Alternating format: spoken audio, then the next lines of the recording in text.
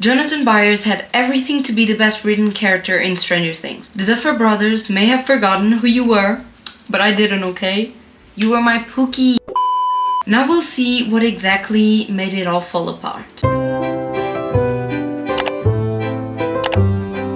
Hey guys, welcome back to my channel. I'm byee, and today I bring you the downfall of Jonathan Byers. This will be a video analyzing Jonathan's character, and basically, that's all. I'll be talking about his personality from season 1 to season 5, volume 1, okay? Because honestly, I thought about doing this video in the end of season 5, but I think it is way more interesting to do it right now because of all the theories. Like, if he's dead, I'm not gonna do this video because I will be sobbing. Okay, I'm not even gonna put it on the table. I don't think that Jonathan's gonna die, but in case he does, hypothetically, I really can't deal with that right now. So I'm just gonna do it from season 1 to season 5, volume 1, okay? So yeah.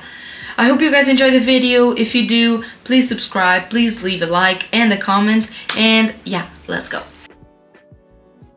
Now, in season 1, we see a very deep and emotionally rich character coming from Jonathan. He has this very strong sense of responsibility, which we can notice by the fact that he feels very responsible for Will, even though he's just his older brother and not his parent, okay? He is not his parent. He is not Will's parent, okay? I just want to state that. And that was eventually, if Jonathan ever saw this video. Yes, I know I'm talking about a character, but like, you know what I mean? You do know what I mean, right?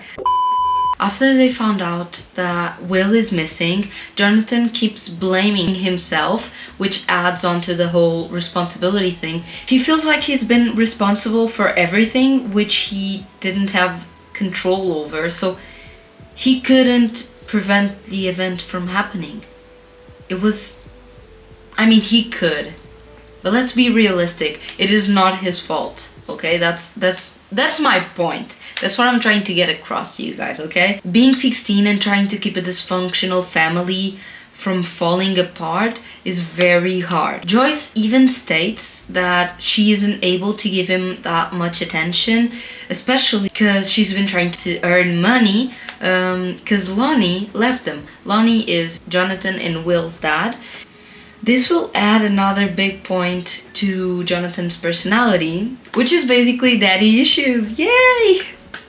So, basically, their father left them, and he blames it on Joyce that the kids don't like them. You know, it's kind of stupid seeing as he's a piece of shit, so it's more than justified them not liking him because he's a giant piece of shit. Like, I can't describe him any better, honestly. This is the best description I can find of him. Jonathan despises him, and he treated them both miserably. Actually, he treated them all miserably because he is a narcissist. Yay, again! I love this character, okay? But this whole thing leads us to a very important point, which is being weird is great. This is basically Jonathan's motto. Like, for example, after a fight between the parents, he tells Will that being weird is okay, and he prefers to be weird than being normal, because being normal is just so boring, it's so plain, and when you're weird, at least you're different from the others and all of that. He doesn't mind being seen as the outcast because he truly feels like one. And he also tells Will that he shouldn't like normal things just for the sake of being normal. He should like what he feels like he really likes, and he shouldn't be afraid of being called weird for that. Jonathan is just a troubled kid who was bullied throughout his whole life and who feels like a burden. And this is why the tie scene exists. There's the scene where Jonathan is tying a tie and he can't do it.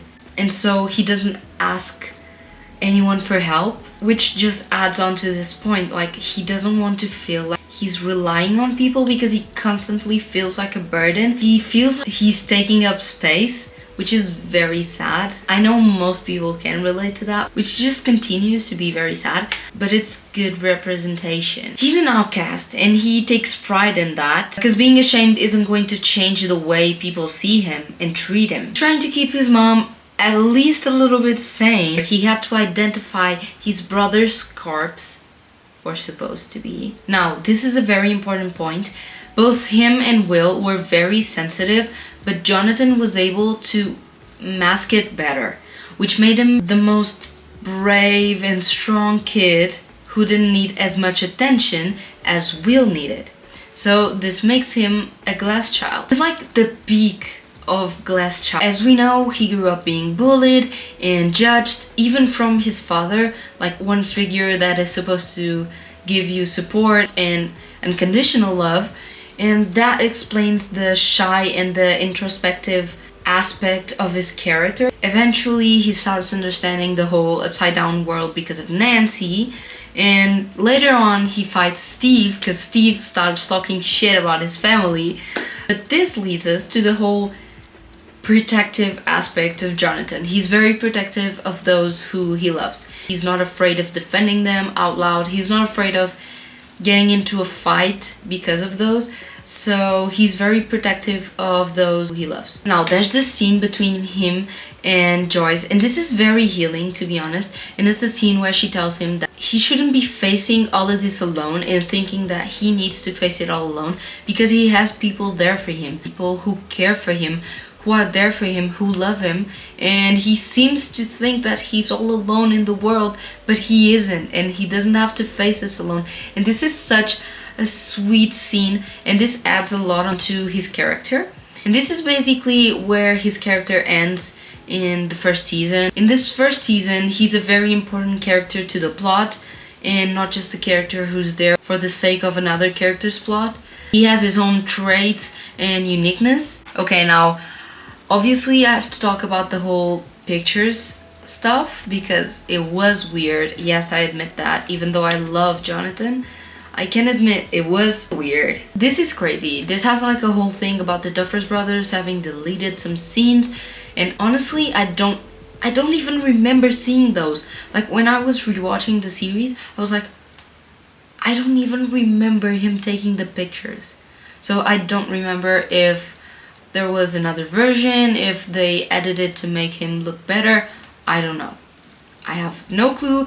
I'm not gonna talk about that. I'm gonna talk about what I saw on Netflix, okay? This was an awful incident, but I believe he took those because he felt like he was so alone. He was suffering, and then there were these teens who were just partying like the world wasn't ending. Obviously for them it wasn't yet, but for him it was. So it was like this jealousy. I'm not sure. The pictures he took of Nancy, those are weird, but I feel like he took those on impulse, and when he saw that it was getting intimate, he just stopped. I truly feel like he felt ashamed after those.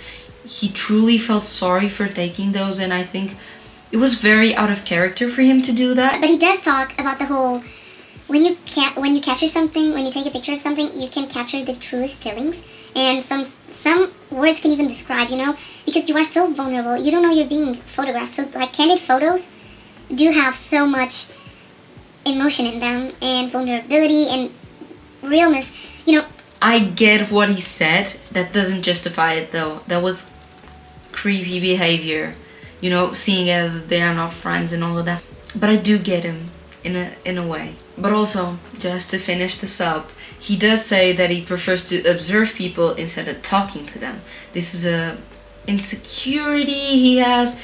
He isn't able to talk to people or trust them because he's afraid of being judged, as he was for all his life. So it is justified, or you can see why he feels this way. Anyway! Now, in the second season, this is where it all starts going south. So Jonathan stands out for a very short period of time. Like, when I say very short, it's like very short. You think very short and you shorten it after. Whereas in the first season, he was one of the main characters, I would say. Especially, I don't know, he had so much personality, he had so much emotional baggage and all of that. Whatever they done to you? I can't. We have Murray talking about him this season a bit more, but that's basically all of it. He tells him that he has trust issues, which is true. He can't trust anyone. Which is so f***ed. Yeah, it is sad, guys. But you know, it is real. Hashtag older sibling car, hashtag last child, hashtag bullied. This season is basically dedicated to him and Nancy's relationship, which, don't get me wrong, I am not mad because I do love them. I love Jancy. I ship Jancy since season 1, okay? I've been here since season 1 shipping them. Yeah. Like, truly, I'm not mad, but he doesn't have any personal developments, and we will see that he just stays like that for the rest of the seasons, kinda. Well, which, as I was saying, it would have been fine for the season, but it wasn't just for the season, you know, so yeah. Let's take a look. Literally, the only aspect of his personality appears in the first episode when he's telling Will that nobody normal ever accomplished something great in this world, and that's the only thing. A thing that he basically said in the first season. So we're not adding anything new onto the character, we're just repeating old lines and mottos. You know what I mean? That was basically the most Jonathan thing we see all season, apart from trying to figure out a plan with Nancy, but that's it. We don't have any development for him. And that was it for the second season. Like, it was... His presence always came with Nancy, which, again, don't get me wrong, I love them, but we have no development on him. Let's move on to the third one. Now, I'll let you guys guess. On the third one, who do we see him with? Yeah, you're right, it's Nancy. We basically only see him with Nancy. It's replay of season 2. We see him in love with Nancy, we see him being great with Nancy, we see them have a fight, and that fight does have some aspects on him. So they're both fired because Nancy is trying to look for clues for a case she thinks is happening, and she was right, okay? But we have two aspects after being fired. So we have Nancy, who is being treated miserably in the workplace. She was completely mistreated by all her co-workers, and they were so sexist. They were horrible to her, so she doesn't feel like being fired was that bad. But then we have Jonathan, who needed this money, and he could put up with the bull because he really needed the money. So we have these two sides, which are both comprehensible, but Jonathan will never know how it is to be a woman in a sexist environment, and Nancy will never know how it is to be a person who really needs the money, you know? So they can't really feel each other's feelings, if you get what I'm trying to say. They eventually make up, and that's it.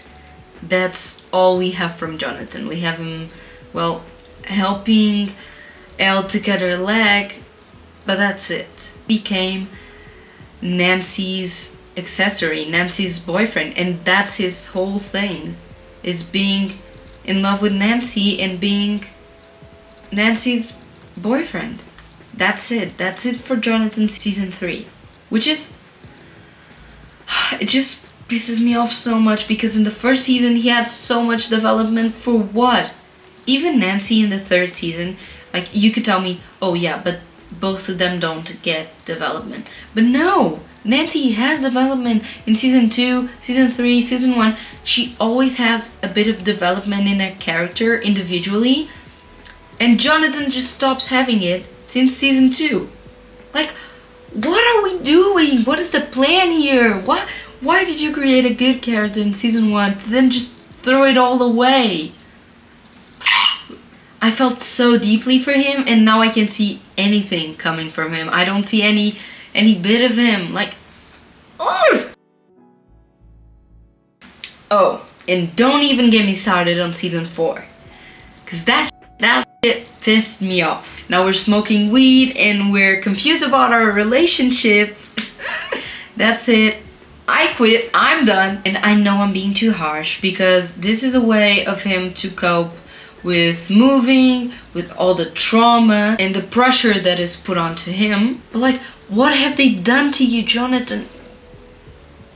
I swear you wouldn't be like this. He used to be very caring. He used to care about everything. And now his response to everything is just getting high. Okay, this isn't you. Why did you drop out of Yale? His relationship starts getting rookie when he decides that he doesn't want to go to the same college Nancy is going. And they had this planned out for like a lot of time. But he says like he doesn't want to leave his mother and his brother to pursue a dream that isn't his. But he also doesn't want to tell Nancy that because he feels like then she's just trying to go along with him and then she's going to try to pursue a dream that isn't hers, which is highly doubtful. Like, I don't think that Nancy would do that, but okay, my guy, overthink that shit because that is a Jonathan behavior. Finally something that is according to Jonathan's character, okay? Overthinking the shit out of this. He thinks that everything is gonna fall apart and if they tell each other they're gonna break up and they're just gonna end up like his parents and his kids won't like him, and then he just starts spiraling, but then the response to it is just getting higher. You were doing so good. You were doing so good. He and Argyle both go pick up the kids after the incident in Rinkomania, and they're just high as shit. And then at dinner, when Joyce tells him that she's going to Alaska for a conference, aka saving Hopper, my king, he's completely high as balls and he doesn't hear shit. But then he sobers up though. But like, this is not Jonathan. He cares about things. And again, I know he's coping with everything. But like, why did you have to do this to him? For brothers, I know where you live. Then in the second volume, in the last episode, he has a heart-to-heart with Will, which kind of brings back a little bit of old Jonathan. This just makes me really upset because he basically spent all season high. These were the highlights of the season. 3 moments where he wasn't completely high or completely unnecessary. This pisses me off. But let's just jump ahead. After 2 seasons with no development at all, this is what we get. Lastly, on the 5th season, on the first volume, we have this macho competition between Steve and Jonathan, which is ridiculous. And Jonathan would never. He's dating Nancy, he's sure. I mean, okay, yeah, Nancy kind of flirted with him in season 4 with Steve. But anyway, let's forget about that for a sec. And now, Jonathan's character is all about Nancy. He has no other plot point or plot line or interest besides Nancy, which is just sad. Like, don't get me wrong, this is like the 4th time I said this. I do adore them, but like, can he have any other interests in his life? Can he have any other problems besides Nancy? Is that an option? Is that a thing? This irritates me. Why are you having a battle with Steve to see who wins off your girlfriend? She's your girlfriend already. She's not single. Even if she was single, a competition for a girl? Are we for real? Like, I know Nancy's so pretty and so intelligent, but like, guys, there's plenty of fish in the sea. Basically, all of that to say that since season 1, Jonathan hasn't had any development or any positive development. Especially in season 4, we just took a turn for the worse, like a huge one actually. And I miss him so much. Like, Jonathan Byers from the first season, come home, the kids miss you. So this video was for me to just get my rage out and tell you all how Jonathan Byers season 1 was great. He keeps being fine, but then he doesn't have a personality anymore. Why are we not seeing any development on his personality or character? Why are we only seeing developments on his relationship? That was basically it for today. I hope you guys enjoyed the video. If you did, please, again, subscribe, leave a like, and comment any other character you would like me to analyze, because I do adore these videos. I'm very, very, very excited for the rest of season 5 to come out, and when I do see it, and if there's any other very important aspect, I'll be here to comment on it, okay? I'm also preparing another video about Stranger Things, and probably I'll do some more because I'm very obsessed with it right now. But yeah, so you guys need to stay tuned. Okay, I'll see you on the next one. Bye!